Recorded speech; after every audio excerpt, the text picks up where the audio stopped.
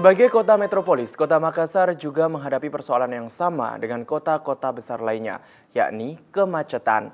Namun baru-baru ini pemerintah kota menerapkan solusi yang justru memicu protes warga.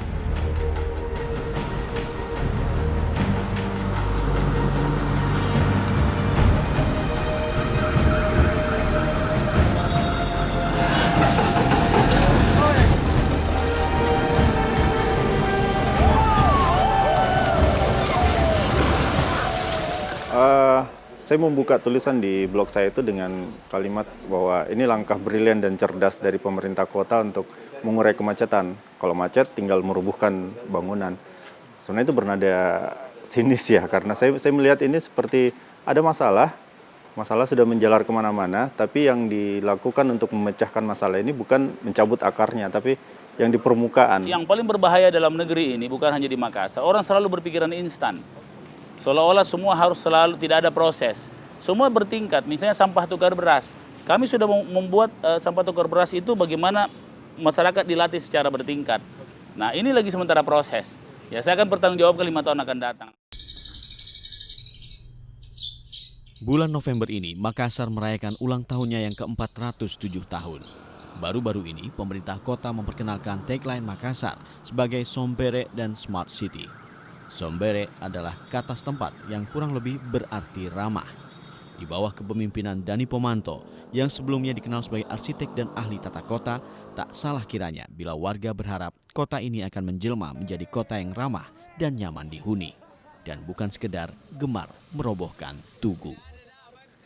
Sementara itu, masyarakat ekonomi ASEAN sudah diambang mata. Dengan kebijakan ini nyaris tak ada batas negara, termasuk dalam bidang informasi. CNN Indonesia tak ketinggalan memanfaatkan momentum ini. Sebagai institusi berita kelas dunia, CNN berupaya untuk meramu muatan lokal agar menghasilkan produk informasi berkelas internasional. From CNN in Seoul, welcome CNN Indonesia. CNN Internasional sebagai salah satu institusi pers terkemuka di dunia tak ketinggalan memanfaatkan momentum pasar bebas informasi global. Di bawah payung CNN Indonesia, CNN berupaya menghadirkan produk informasi berkelas internasional, namun tetap dengan muatan konten lokal. Salah satu yang dibidik adalah Sulawesi Selatan dengan kota terbesarnya, Makassar.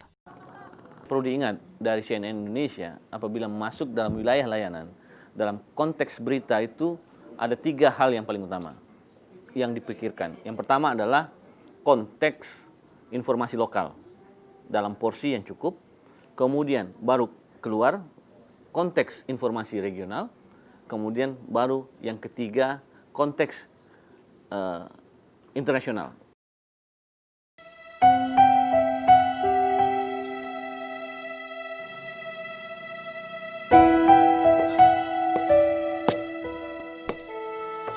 Inilah perjalananku menelusuri pecahan sejarah itu yang kini hampir usang dimakan zaman.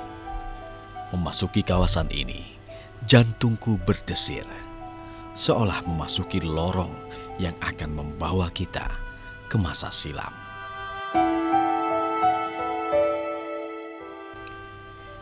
Deretan rumah adat dari berbagai etnis di Sulawesi Selatan berdiri kokoh menyambutku.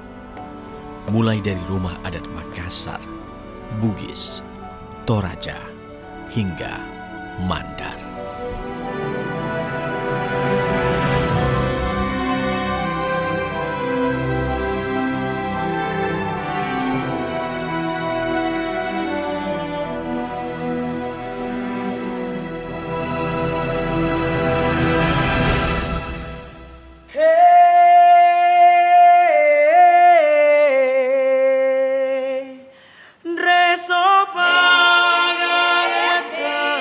Jadi awalnya sangat susah ya, karena kami dulu belum punya prestasi, bagaimana cara meyakinkan orang-orang untuk mendukung kami itu yang sangat susah.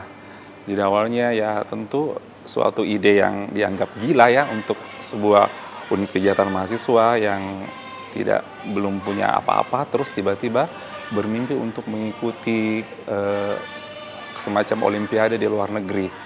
Ya, jadi itu hari juga saya mencoba mencari jalan ya dengan mungkin merekrut orang-orang yang berpengaruh di Sulawesi Selatan untuk menjadi semacam panitia.